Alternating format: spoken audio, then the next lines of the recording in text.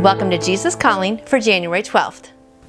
Let me prepare you for the day that stretches out before you. Let's look at Exodus 33:14 and John 15 verses 4 to 7.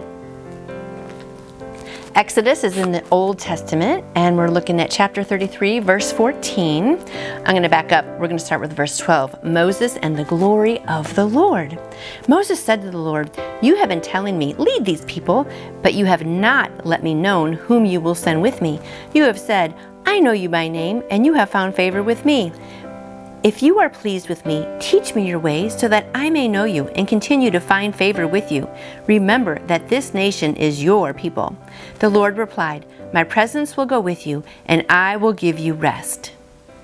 John is one of the Gospels in the New Testament. We're looking at John 15, verses 4 to 7, which says, "Remain in me, and I will remain in you. No branch can bear fruit by itself. It must remain in the vine. Neither can you bear fruit unless you remain in me. I am the vine, you are the branches. If a man remains in me, and I in him, he will bear much fruit. Apart from me, you can do nothing." Let me prepare you for the day that stretches out before you. I know exactly what this day will contain, whereas you only have vague ideas about it.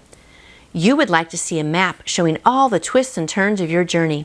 You'd feel more prepared if you could somehow visualize what is on the road ahead. However, there is a better way to be prepared for whatever you will encounter today. Spend quality time with me. Backing that up, reading it again. Spend quality time with me. I will not show you what is on the road ahead, but I will thoroughly equip you for the journey. My living presence is your companion each step of the way. Stay in continual communication with me, whispering my name whenever you need to redirect your thoughts. Thus, you can walk through this day with your focus on me. My abiding presence is the best roadmap available. Isn't that so good? And it's so true, right? We just really want to know what's going to happen tomorrow and the next day and the next year and 5 years and 100 years from now, right? If we live that long. But you know what? He doesn't want to show us that. And it's probably good. If we knew what was coming, we might be afraid. He says, take one step today, and tomorrow take another step, and just trust him. And actually, I would much rather follow his plan. I mean, he can see the big picture. I can only see a very narrow slice of my life. And what he has planned for me might not be what I thought it was going to be. Some days it might not even be what I like it to be. But I know when I'm in his hands, following his pathway and his plans, sorry, Mandy, that it is going to be a good life. It still might be hard, still might be painful, but I know that if I'm following his plan, it's going to be exactly what I need and what is best for me. So I hope today, my friends, you realize as we're walking, we are in his hands. He is holding you, and he has a great plan for your life. And just take one step today, and don't worry about the next week and the next year. It's all in his hands.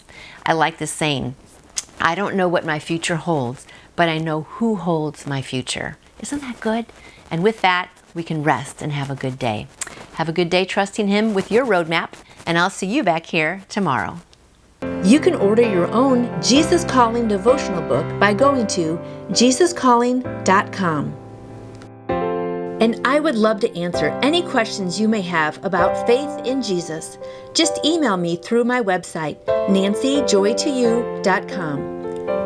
And I hope you go out and shine for him today. See you tomorrow.